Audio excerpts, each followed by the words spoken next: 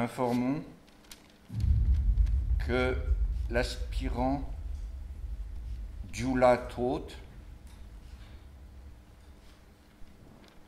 poste aux armées 817, est tombé au champ d'honneur.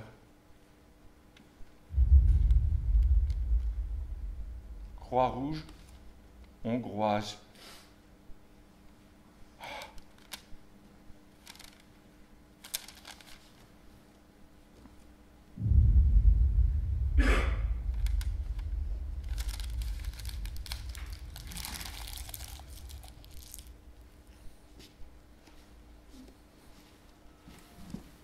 Comme toutes les petites gens, ils avaient des gogues au fond du jardin.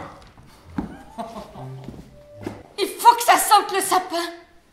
C'est une question de vie ou de mort.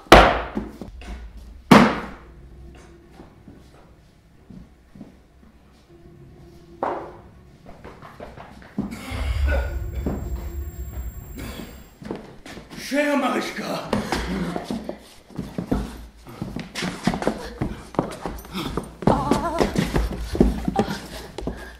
si une vieille femme déguisée en pope essaie d'échanger une plaque de miel contre du sel, faites-la fusiller.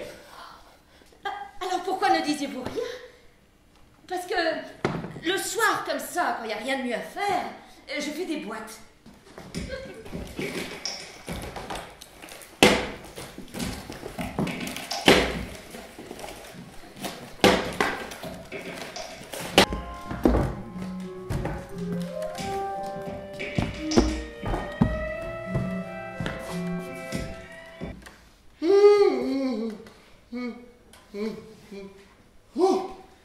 Il avait déjà baillé dans sa vie sans que cela eût des conséquences particulières. Mais là, il sursauta en entendant le silence étrange qui suivit son bâillement. Toth se retrouva dans une sorte de bulle froide. Tous le regardaient. Lui aussi aurait aimé se regarder, mais c'était impossible. Dites-moi, franchement, ce que vous avez envie de faire. Des boîtes? Des boîtes?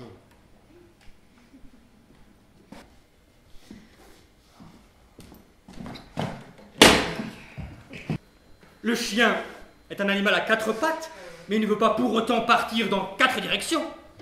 Est-ce que vous avez déjà vu un chien courir dans 4 directions à la fois?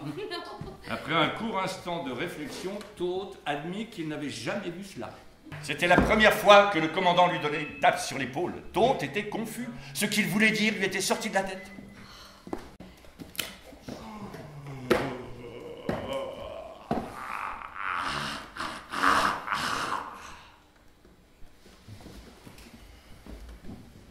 Qu'est-ce que vous avez à me regarder comme ça? J'ai une corne sur le front ou quoi? Toi aussi, Marichka, tu dis que je dois mettre cette chose-là dans la bouche? Et où donc, mon laïus bien-aimé? Je suis obligé de mettre une lampe de poche dans la bouche pour ne pas bâiller en faisant des boîtes.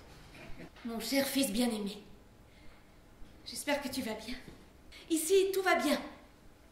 Mais tu nous manques beaucoup. Sache aussi que monsieur le commandant se sent merveilleusement bien, alors ne te fais pas de soucis. Au début, il était épuisé et énervé.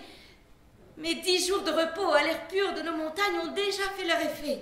Oh, une espèce de maladie? Une maladie? Allons, c'est un symptôme, mon cher Toth.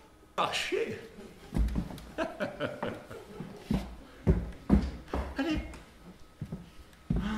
Pouvez-vous courir? Allez. Quant à moi, je vous quitte avec l'agréable impression qu'en ces temps difficiles où personne ne trouve sa place, vous au moins vous êtes là où vous devez être. Dorénavant, nous prendrons le petit déjeuner le matin, le dîner le soir. Et la nuit, nous allons dormir.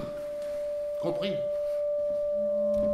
Tout sera comme tu voudras, mon laïus bien-aimé.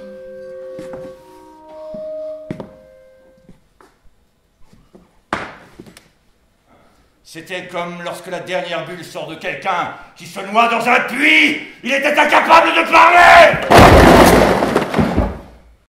si vous n'avez rien contre, nous pourrions faire quelques boîtes.